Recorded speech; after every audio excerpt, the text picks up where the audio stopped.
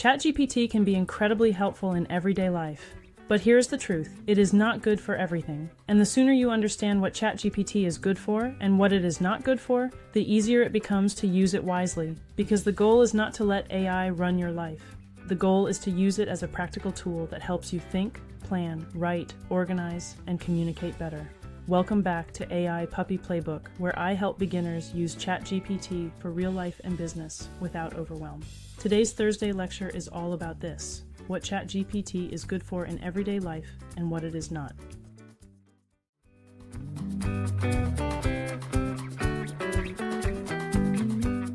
One of the best everyday uses for ChatGPT is organizing messy thoughts. This is where I think a lot of beginners should start. You do not need to know fancy prompts. You do not need to understand advanced AI terms. You do not need to have a big business project. You can simply say, "Help me organize my thoughts about this." That alone can be useful. Maybe you are trying to make a decision. Maybe you are overwhelmed by a project. Maybe you need to prepare for a conversation. Maybe you have too many ideas and no clear starting point. ChatGPT can help take what feels scattered and turn it into a clearer list, plan, outline, or next step. That does not mean it knows your life better than you do. It means it can help you see your own thoughts more clearly, and that is a very practical use. ChatGPT is also very good for brainstorming. This is helpful when you need ideas but your brain feels stuck. You can use it to brainstorm meal ideas, gift ideas, blog topics, social media posts, video titles, questions to ask before making a decision, ways to phrase a difficult message, simple routines, project names, content ideas, decluttering plans, business ideas. But here is the important part. Brainstorming does not mean every idea will be good. Some ideas will be generic, some will not fit your voice, some will sound too polished, some will miss the point. That is normal. ChatGPT is not there to hand you the perfect idea every time. It is there to give you material to react to. Sometimes the value is not in the exact answer. Sometimes the value is that the answer helps you say, "No, that is not it. I want something more like this." That is still useful.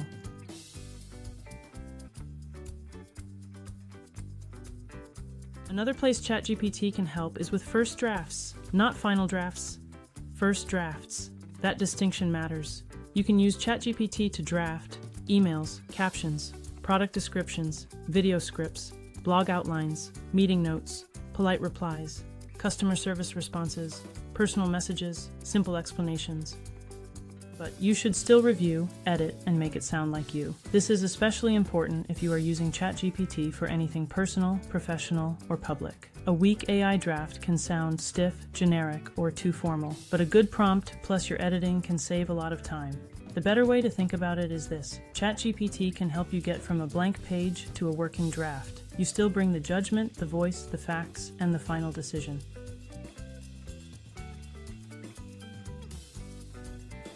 ChatGPT can also be helpful when you need something explained more simply. You can ask, "Explain this in plain English. Summarize this for a beginner. Turn this into a checklist. Give me the key points. Explain this like I am new to the topic." This can be useful for emails, instructions, articles, policies, recipes, product information, or complicated notes. But there is a catch. If the information matters, you still need to verify it. ChatGPT can explain information clearly, but it can also misunderstand, leave things out, or sound confident when it is wrong. So for everyday use, it is great for simplifying. For anything important, use it as a helper, not the final authority. This is one of my favorite everyday uses. ChatGPT can help you practice what to say. Maybe you need to write a firm but kind email. Maybe you need to explain something without sounding defensive. Maybe you need to respond to a customer. Maybe you need to set a boundary. Maybe you need to say no without over-explaining. Maybe you need to prepare for a doctor appointment, meeting, or difficult conversation. You can say, "Help me say this clearly and respectfully," or "Make this sound firm but not rude," or "Help me explain this in a calm, confident way." That is a very useful everyday application. But again, you still need to read it carefully, because communication is personal. ChatGPT can help you shape the message, but you decide what is true, appropriate, and necessary.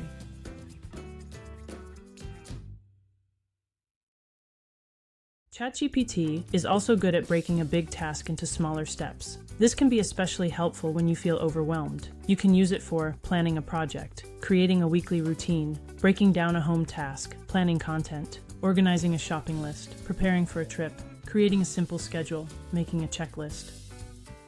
A good prompt might be, help me break this into simple steps I can actually follow, or create a realistic plan for this, but keep it simple.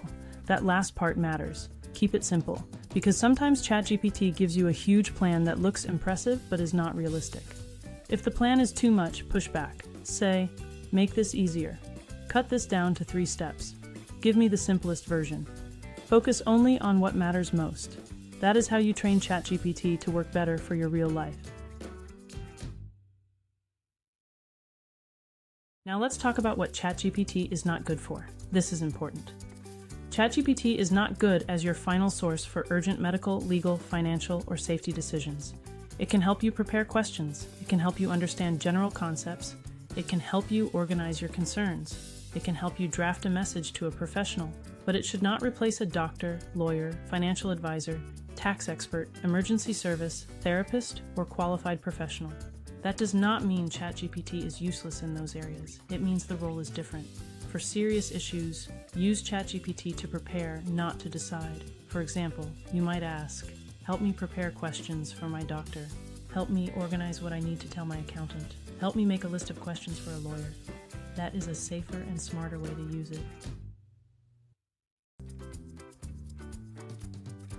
ChatGPT can sound very confident.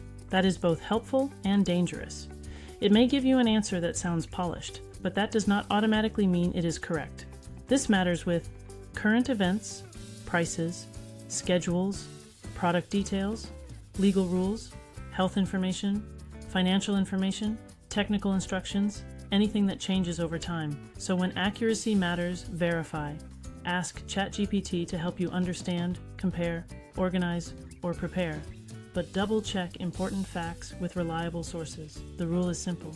Use ChatGPT for clarity. Use trusted sources for confirmation.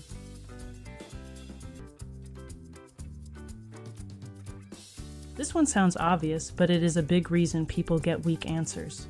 ChatGPT is not good at reading your mind. If your prompt is vague, the answer will usually be vague. If you ask, what should I do? ChatGPT has to guess. But if you say, here's my situation, here are my options, here's my goal, here's what I am worried about, help me compare the choices. Now you are giving it something useful to work with.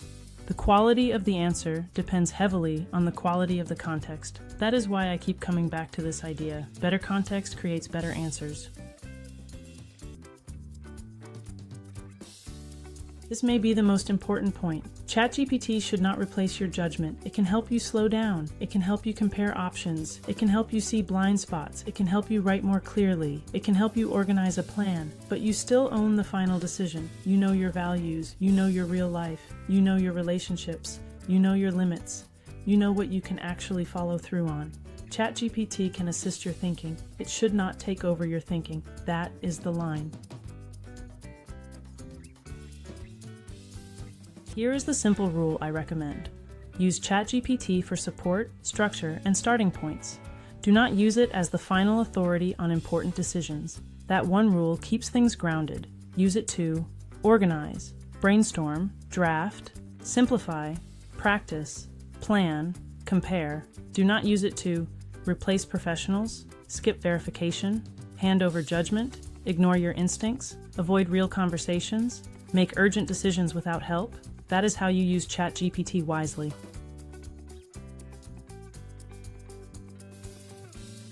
Here is a simple prompt you can copy and paste.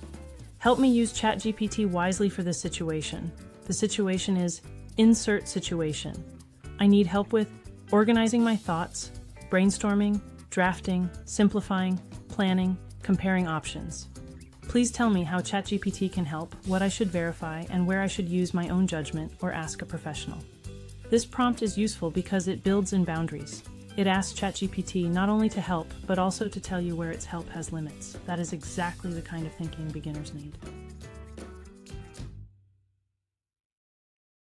So, what is ChatGPT good for in everyday life? It is good for organizing your thoughts, brainstorming ideas, creating first drafts, simplifying information, practicing communication, breaking big tasks into smaller steps, comparing options. And what is it not good for?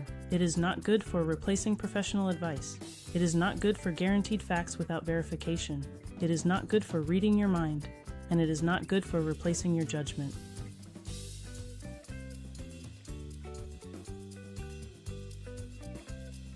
ChatGPT is not the boss of your life. It is a tool, and when you use it wisely, it can help you think more clearly, communicate better, and move through everyday life with less overwhelm. Thanks for watching AI Puppy Playbook. Try the prompt in the description, and I'll see you in the next lesson.